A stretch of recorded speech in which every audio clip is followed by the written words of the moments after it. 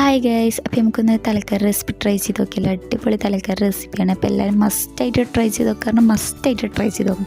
അടിപൊളിയാണ്. അടിപൊളി നിങ്ങൾ തലക്കറി ഇങ്ങനെ വെച്ച് നോക്കി, നമ്മൾ പിന്നെയും വെച്ച് നോക്കും. അടിപൊളി ടേസ്റ്റാണ്.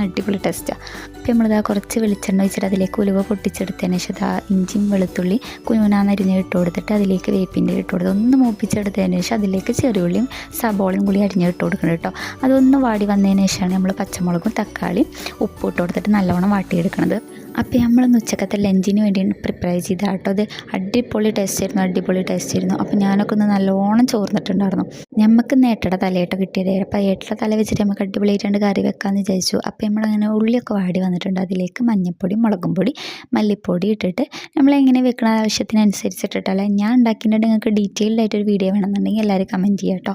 അത് നല്ലോണം ഇളക്കിയെടുത്തതിന് ശേഷം നമ്മളതിലേക്ക് പുളിവെള്ളം ഒഴിക്കുന്നുണ്ട്. നമ്മൾ പുളി നേരത്തെ തന്നെ ഇട്ട് വെച്ചിരുന്നു. അപ്പോൾ നമ്മൾ ഏട്ടയുടെ തല അങ്ങനെ ഇട്ട് കൊടുത്തിട്ട് കറിക്ക്. അപ്പോൾ ഏട്ടയുടെ തല നിങ്ങളെല്ലാവരും കണ്ടില്ലേ.